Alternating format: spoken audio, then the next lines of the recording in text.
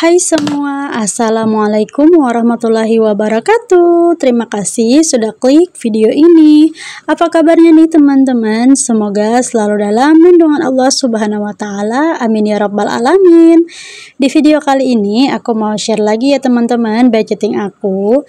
Nah, di video kali ini aku mau budgeting Desember minggu pertama ya teman-teman. Jadi alhamdulillah nih kita sudah berada di penghujung tahun gitu ya teman-teman. Di bulan ini nanti nggak kerasa gitu ya, di akhir bulan terus awal tahun lagi gitu ya teman-teman. Masya Allah tabarakallah.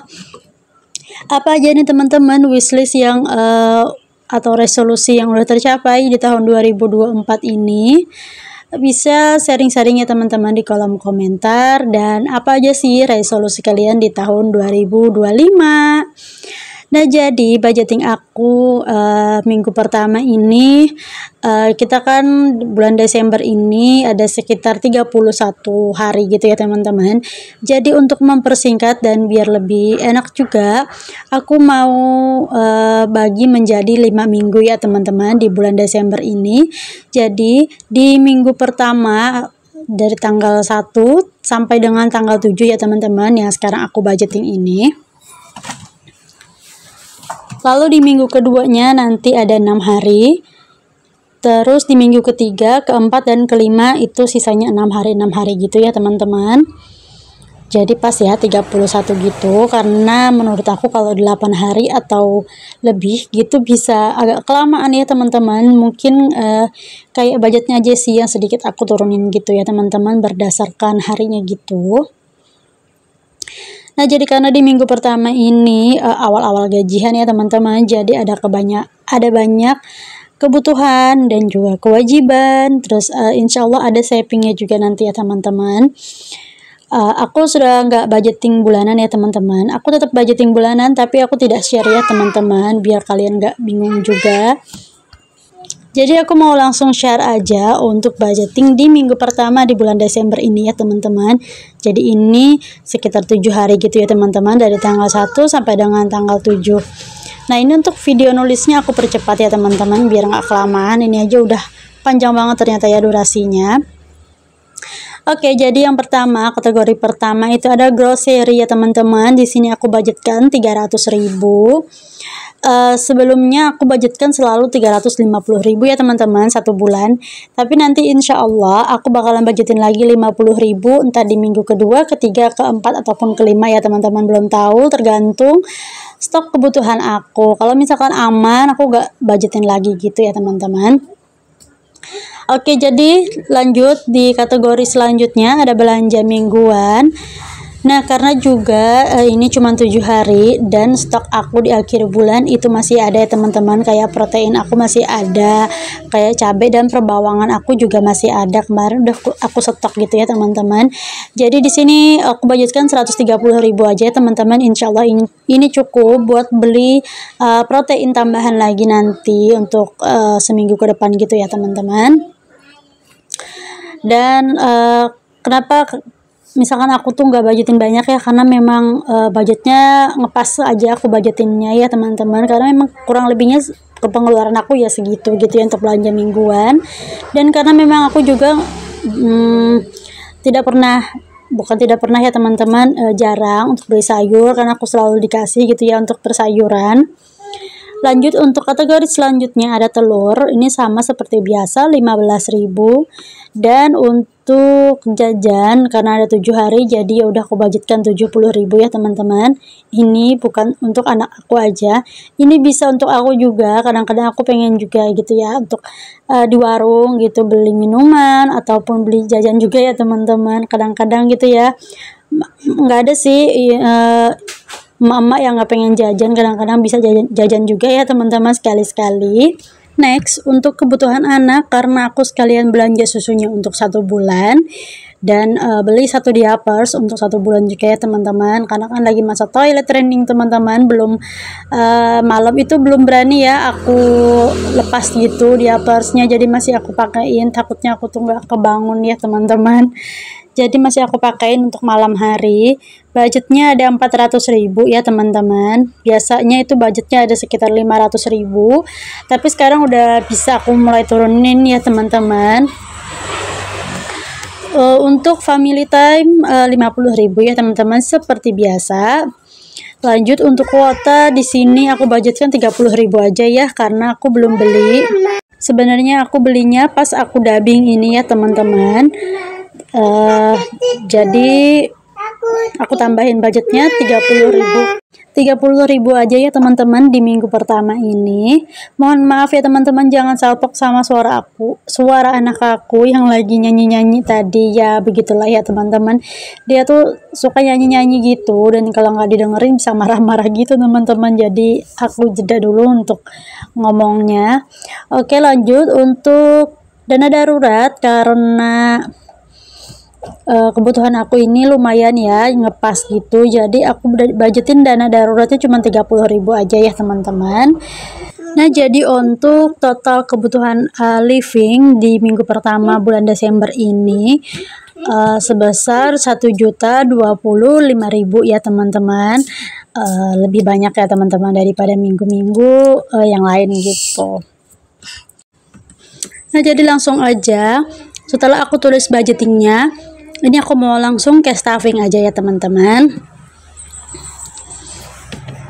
Dan setelah living ada juga kewajiban yang harus aku bayar ya teman-teman. Yang pertama itu ada arisan posyandu ya teman-teman. Jadi di minggu pertama ini aku budgetin 20.000 aja ya teman-teman, karena sebulannya cuma 40.000. Nanti di minggu kedua aku budgetin lagi 20.000 gitu ya teman-teman, jadi 40.000. Dan nanti di tanggal 15 itu udah harus dibayar gitu ya teman-teman arisan posyandunya. Ada juga arisan mingguan yang aku kumpulkan setiap minggunya dan akan aku bayarkan setiap bulannya ya teman-teman, sebesar 125.000. Dan ada juga kewajiban BBM ya teman-teman. Di sini untuk BBM Paksu aku budgetkan 60.000 ya untuk minggu pertama. Untuk yang minggu ketiga dan minggu keempat aku sudah kasih ke Pak suami gitu ya teman-teman. Jadi ini aku mulai ngumpulin lagi di minggu pertamanya. Nah, jadi untuk total kewajiban ada sebesar 205.000 ya teman-teman. Nah, jadi setelah ini juga aku mau saving ya teman-teman. Saving lebaran 50.000 dan untuk pendidikan 40.000 ya teman-teman. Untuk pendidikan ini aku pakai challenge 20.000 ya teman-teman. Oke, sambil aku ke stuffing dan isi kewajiban dan juga saving, aku mau sharing-sharing ya teman-teman, kelebihan dan kekurangan ikut arisan ya teman-teman. Jadi pengen tahu aja gitu tentang apa manfaat dan apa kelebihan dan kekurangannya gitu loh teman-teman, biar jelas gitu. Mari kita bahas ya teman-teman. Nah, manfaat dari ikut arisan itu yang pertama, kita bisa disiplin menabung ya teman-teman. Arisan mendorong kita untuk menyisihkan uang secara rutin, membantu membentuk kebiasaan menabung ya teman-teman. Teman-teman jangan salfok ya sama suara hewan, ada ayam, ada apalah gitulah ya yang masuk di video aku, karena memang aku dubbingnya ini di pagi hari ya teman-teman. Jadi banyak yang pengen ikutan gitu teman-teman. Oke, untuk manfaat selanjutnya ada tujuan finansial ya teman-teman. Arisan bisa menjadi cara untuk mencapai tujuan finansial tertentu lebih cepat, seperti membeli barang besar atau keperluan mendesak. Nah, misalkan kita pengen beli sesuatu yang besar gitu ya teman-teman, seperti tanah ataupun kendaraan atau apa gitulah ya teman-teman. Kalau kita misalkan ikut arisan itu bisa ya kita bayar duluan gitu, terus kita dapat gitu ya arisannya, walaupun arisannya itu tuh belum selesai teman-teman. Jadi kita udah dapat uangnya gitu. Tapi itu tidak termasuk ada bunganya, tidak termasuk kayak cicilan gitu loh teman-teman. Jadi insya Allah bebas ya dari riba juga. Oke, untuk manfaat selanjutnya itu ada sosialisasi. Nah, arisan seringkali menjadi ajang pertemuan dan mempererat hubungan sosial dengan teman ataupun keluarga ya teman-teman. Nah, jadi kita bisa bersosialisasi ya teman-teman. Nah, untuk aku sendiri memang bener sih ini bisa untuk bersosialisasi juga karena kan aku tuh pendatang baru ya di sini. Kayak orang rantau gitu teman-teman. Belum tahu orang-orangnya gitu ya. Belum bisa ngobrol ataupun apa gitu yang rame gitu ya teman-teman. Tapi dengan aku ikut arisan, aku tuh jadi tahu sama ibu-ibu gitu ya, sama teman-teman juga kayak arisan posyandu tuh teman-teman. Setiap bulannya kan ngumpul gitu ya, jadi bisa tahu gitu teman-teman, terus bisa kayak ngobrol-ngobrol, bisa kayak jadi lebih dekat gitu teman-teman. Yang biasanya kita tuh sering di rumah aja nggak punya teman, tapi kalau kita keluar terus kita ikut arisan, bisa ada sosialisasi gitu ya teman-teman, tuh kan bagus juga ya untuk kita yang hanya tinggal dan diam di rumah aja ya teman-teman. Oke, selanjutnya manfaat yang berikutnya ada fleksibel ya teman-teman. Tidak ada aturan ketat seperti di bank, sehingga lebih fleksibel dalam mengatur keuangan. Jadi tidak harus ya teman-teman bayarnya segitu, karena memang sebenarnya harus bayarnya segini, tapi kan kita bisa kalau kita nggak sempet bayar gitu atau kita lagi ada kesibukan, bisa gitu ya minta talangin yang punya arisan gitu, atau misalkan minta tunggu sebentar gitu karena kita lagi ada kedukaan gitu ya teman-teman. Kalau di bank itu beda ya teman-teman. Itu aja untuk kelebihan dan manfaatnya. Nah, lanjut sekarang kita bahas untuk kekurangan arisan ya teman-teman. Yang pertama, tidak ada bunga. Uang yang disetorkan tidak menghasilkan bunga seperti di bank ya teman-teman. Jadi sudah pasti tidak ada riba ya teman-teman. Di antara arisan ini tidak ada keuntungan, nggak ada apapun gitu ya. Tidak, yang pasti itu nggak ada riba sih ya, itu yang paling penting teman-teman. Beda dengan kita cicilan-cicilan ya. Nah, kekurangan yang kedua, risiko anggota kabur. Jika ada anggota yang tidak membayar, bisa mengganggu kelancaran arisan. Jadi teman-teman, kalau kita tuh mau ikut arisan, kita harus pastikan dulu nih, yang ikut ini orangnya gimana gitu ya. Terus yang bandarnya gitu bisa dipercaya atau enggak gitu ya. Dan aku udah kurang lebih 4 tahun 5 tahun dan aku udah hampir tahu ya untuk orang-orang yang bisa megang arisan gitu teman-teman, yang tidak bakalan kabur juga. Dan kan kalau ada yang tidak membayar itu mungkin bisa ditalangin ya sama bandar atau yang punya arisan gitu ya teman-teman. Nah, untuk kekurangan yang selanjutnya itu ada konsumtif ya teman-teman. Konsumtif ini maksudnya itu kayak makanan gitu ya teman-teman, ada biayanya. Nah, arisan juga bisa memicu perilaku konsumtif jika uang yang didapat langsung digunakan untuk membeli barang yang tidak terlalu dibutuhkan. Nah, jadi kalau kita tuh mau ikut arisan nih teman-teman, kita harus sudah memikirkan nanti kalau uangnya dapat itu untuk apa, tujuannya apa, untuk beli apa gitu ya teman-teman.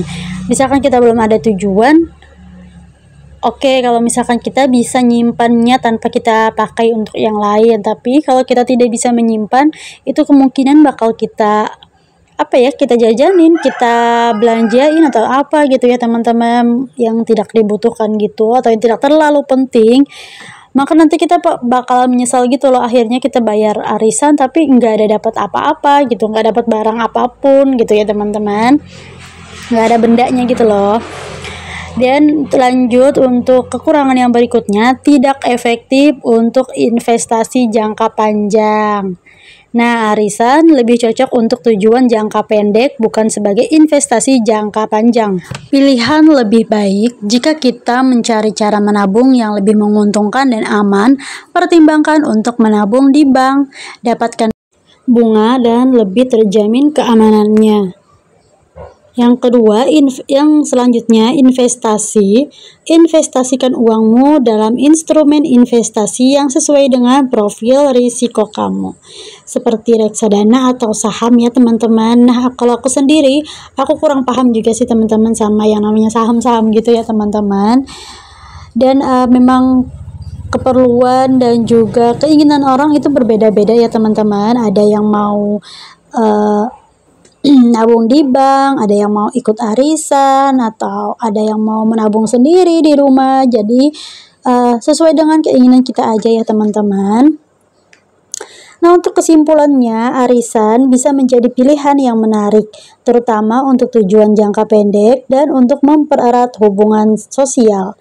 Namun, penting untuk mempertimbangkan juga kekurangannya dan membandingkannya dengan opsi lain yang lebih menguntungkan. Tipsnya, buat kesepakatan yang jelas sebelum memulai arisan. Buat kesepakatan yang jelas tentang jumlah setoran, jangka waktu, dan sanksi jika ada anggota yang tidak membayar. Prioritaskan tujuan finansial. Gunakan uang arisan untuk tujuan yang benar-benar penting dan bermanfaat. Jangan hanya bergantung pada arisan. Arisan sebaiknya menjadi pelengkap, bukan satu-satunya sumber tabungan ya teman-teman. Nah, itu udah aku jelasin ya teman-teman, kekurangan dan kelebihan ikut arisan, ada kesimpulan dan ada beberapa tips juga ya teman-teman sebelum memutuskan untuk ikut arisan. Terima kasih sudah menonton. Sampai jumpa di video selanjutnya. Wassalamualaikum warahmatullahi wabarakatuh. Bye-bye.